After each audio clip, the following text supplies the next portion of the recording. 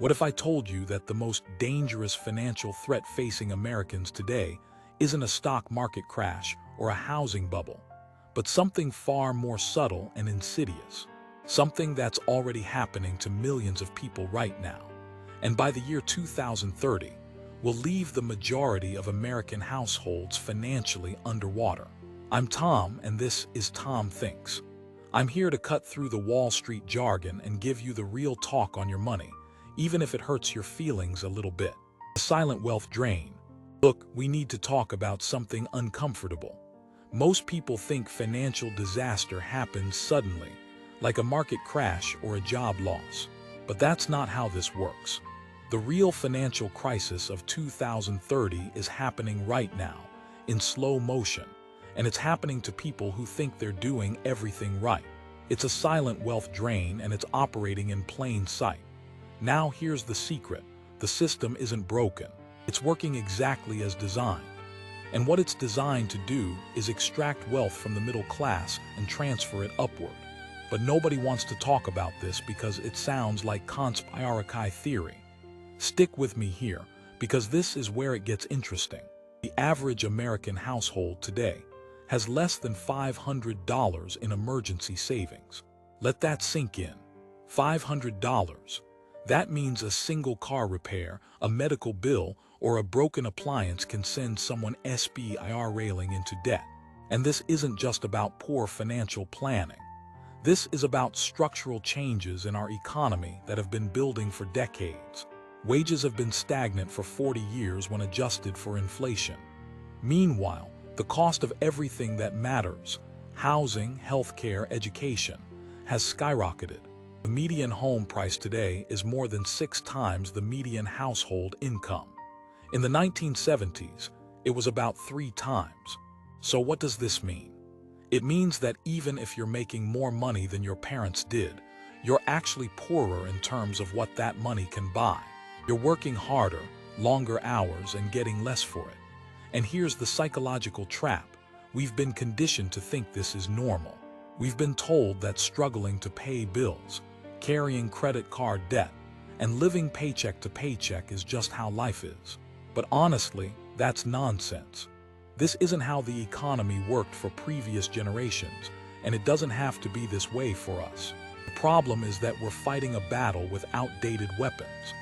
We're using financial strategies from the 1980s to fight 21st century economic realities. And that mismatch is what's draining our wealth, month after month, year after year, without us even noticing. Until one day, we look up and realize we have nothing left. The debt spiral. Now I know what you're thinking. Tom, just spend less and save more. If only it were that simple. The truth is, we're caught in a debt spiral that's nearly impossible to escape. And this spiral has 3 vicious cycles that feed off each other. First, there's consumer debt. The average American household carries about $100,000 in total debt. That includes mortgages, car loans, student loans, and credit cards. But here's what nobody tells you. Debt isn't just about the money you owe. It's about the freedom you lose. Every dollar that goes to interest payments is a dollar that can't be invested, can't be saved, and can't be used to build wealth. It's a dollar that's working for the bank instead of working for you. Second, there's the education trap. A college degree today costs about 150% more than it did 20 years ago, adjusted for inflation. Here's the kicker. That degree doesn't guarantee you a good job anymore. So young people are starting their adult lives with mortgage-sized debt and entry-level salaries. They're financially underwater before they even get their first apartment. This creates what economists call deferred life syndrome, putting off marriage, children, home ownership, and retirement savings because you're too busy paying off yesterday's bills. Third, and this is the most insidious one, there's medical debt. Medical expenses are the #1 cause of bankruptcy in America. Not job loss, not divorce, medical bills. And with healthcare costs rising faster than inflation, this problem is only getting worse. What happens is simple. Someone gets sick or injured, they can't work, the medical bills pile up, and suddenly they're selling assets, draining retirement accounts, and taking on more debt just to survive. This isn't a personal failure. This is a systemic failure, and the psychological impact is devastating. People start making short-term decisions because they're in survival mode. They take high-interest payday loans. They skip preventative health care to save money. They work multiple jobs and neglect their families. They live in constant stress, which affects their health, which creates more medical bills. It's a feedback loop of financial destruction. And here's the worst part. The system profits from your struggle. Banks make money on your interest payments. Hospitals charge whatever they want because you have no choice. And employers get away with paying low wages because you're too desperate to quit. This isn't an accident. This is by design. And by 2030, if current trends continue, the average American will spend more than 40% of their income just servicing debt. That's not living. That's indentured servitude with better marketing. The retirement mirage. Let's talk about retirement, because this is where the rubber really meets the road. Most Americans believe that if they just work hard for 40 years, they'll get to retire comfortably. But that belief is based on an economic reality that no longer exists. The traditional three-legged stool of retirement, Social Security, pensions, and personal savings, has been sawed down to one wobbly leg, 5% Social Security. The trust fund is projected to run out of money by 2035. Even if it doesn't completely collapse, benefits will likely be reduced. So that safety net your grandparents relied on, it's full of holes. Second, pensions. Remember those defined benefit plans where your employer guaranteed you a certain income for life. They're practically extinct in the private sector. Less than 15% of private sector workers have them today. They've been replaced by 401k plans, which shift all the risk from the employer to you. And here's the problem with that. Most people don't have the financial literacy to manage their own retirement funds effectively. They're making investment decisions based on fear, greed, and marketing, rather than sound financial principles. Third, personal savings. The median retirement account balance for Americans aged 55 to 64 is about $120,000. That sounds like a lot until you do the math. Using the 4% rule, which says you can safely withdraw 4% of your savings each year in retirement, that gives you about $4,800 per year. Add Social Security and you're looking at poverty-level income. But wait, it gets worse. Most people don't even have that much. About 45% of American households have $0 saved for retirement. Zero. They're planning to work until they die, or hoping their children will take care of them, or counting on winning the lottery. The psychological impact of this is profound. People in their 50s and 60s are realizing they'll never retire.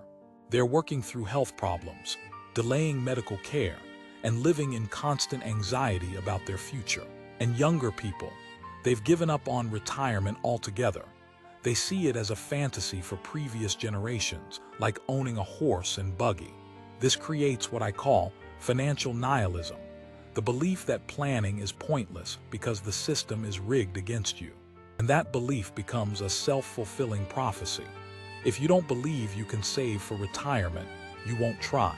If you don't try, you definitely won't succeed. And by 2030, we'll have millions of elderly Americans who are physically unable to work, but financially unable to stop. That's not just an economic problem. That's a humanitarian crisis waiting to happen. The inflation trap. Now let's talk about the silent thief that nobody sees coming until it's too late. Inflation. And I'm not talking about the official government numbers. I'm talking about real-world inflation, the kind that shows up in your grocery bill, your utility payments, and your healthcare costs. The official inflation rate might be 2 or 3%, but the inflation that matters to you is much higher. Here's why. The government calculates inflation using a basket of goods that doesn't match how most people actually live. They assume you'll substitute cheaper alternatives when prices rise. But what if there are no cheaper alternatives? What if you need that specific medication? What if your child needs that specific school? What if your job requires that specific car? That's where the real inflation hits. And it hits hardest on the things you can't live without. Healthcare costs have been rising at about 5% per year for decades. College tuition has been rising at about 8% per year. Housing costs in desirable areas, even higher. Meanwhile, your salary probably isn't keeping up. Most raises are in the 2 to 3% range, if you get a raise at all. So every year you're falling further behind. Your money buys less, but your bills keep getting bigger. This creates what economists call the ratchet effect. Prices go up during good times, but they rarely come down during bad times. They just stop rising as fast. So over time, everything gets more expensive, but your income doesn't keep pace. And here's the psychological trick. Inflation doesn't feel like theft. It feels like life getting more expensive. You don't see someone taking money from your wallet. You just notice that your grocery bill is $50 higher than it was last year. You don't get angry at the system. You get frustrated with yourself for not making more money.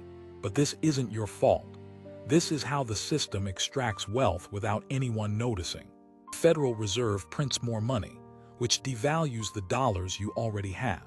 Banks lend that new money to governments and corporations, who use it to bid up asset prices. The rich get richer because they own assets that appreciate with inflation.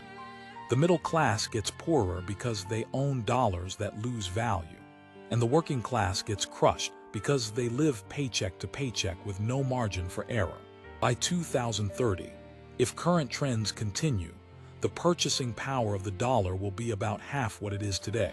That means you'll need to earn twice as much just to maintain your current standard of living. And if your income doesn't double, you'll be effectively twice as poor. This isn't speculation. This is simple math. And it's why most Americans will be broke by 2030 unless they understand how to protect themselves from this silent thief. The automation tsunami. Moving on to the next wave that's about to hit, automation. And I'm not talking about robots taking factory jobs. That's already happened. I'm talking about artificial intelligence, machine learning, and software automation coming for the jobs we thought were safe. The white-collar jobs, the creative jobs, the professional jobs. By 2030, experts estimate that between 20 and 40% of current jobs could be automated. That's not just unemployment. That's structural unemployment, jobs that disappear forever and aren't coming back. Now, here's what nobody's telling you. This isn't just about losing your job. This is about the devaluation of all human labor. Machines can do your job cheaper, faster, and better.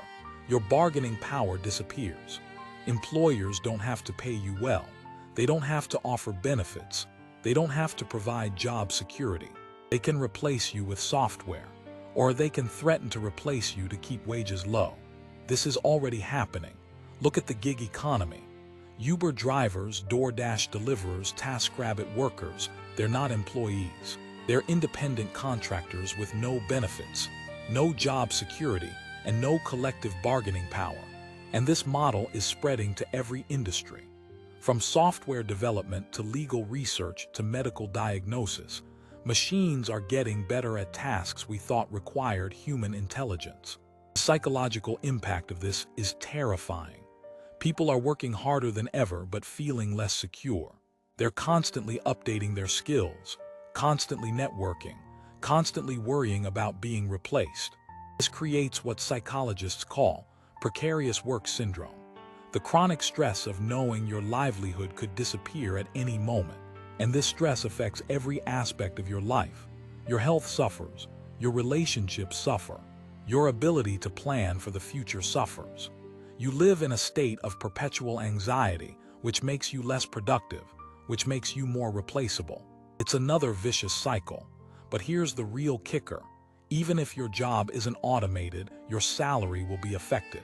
When there's a surplus of workers competing for fewer jobs, wages go down. It's simple supply and demand. And by 2030, we could have millions of educated, skilled workers competing for service jobs that pay minimum wage. That's not an economy, that's a dystopia. And the people who own the machines, they'll be richer than ever. People who work for the machines, they'll be poorer than ever. This isn't science fiction. This is already happening. And if we don't prepare for it by 2030, we'll have an entire generation of people who did everything right, went to college, got degrees, worked hard, and still ended up broke because their skills became obsolete. The escape plan. Okay, enough doom and gloom. Let's talk solutions. Because here's the truth. While the system is rigged against you, it's not impossible to win.